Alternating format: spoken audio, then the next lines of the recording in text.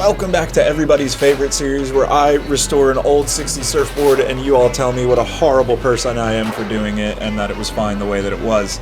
Just a little spoiler, we did find sand. Again.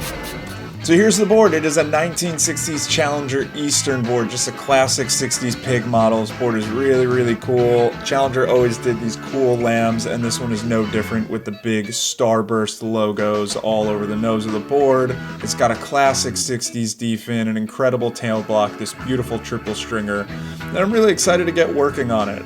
So a little history. Challenger Eastern was an offshoot of Challenger Surfboard started in the 1960s by Carl Tinker West. Now the shop has become somewhat of a legend because Bruce Springsteen used to sleep in the back. Him and Tinker were good friends. And there was even some rehearsal recordings at the factory in the 1970s, and that's what you hear in the background music right now. So this board was made about 10 minutes from the shop that I currently work at, and what's really special is the bay that it's being made in is that of Charles Mansell, who was a good friend of Tinker and one of the last people to work on boards with Tinker, so it's just super, super special to have it here in the shop. Now I know from looking at the deck of the board it didn't really look that bad, but the bottom was absolutely torched. You could see how much of the nose got crunched up and messed up from the foam being exposed, the glass is missing.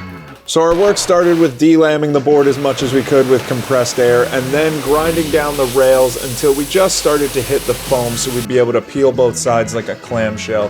Here's just that exposed foam area, and then we started to peel. It's kind of rough because it's two 10-ounce layers of Volam. It's really, really heavily glassed.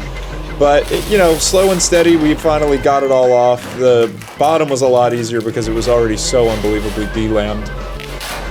And we got it off really, really clean this time. The board was in great shape. The stringers were a little rotted out in certain spots that, the balsa just got wet and needed to be replaced. But overall, besides the nose and some texture on the top, it's actually in really good shape. It's just going to need kind of a light sand and a little bit of foam replacement in the nose and some balsa replacement, and we'll be ready for lamination.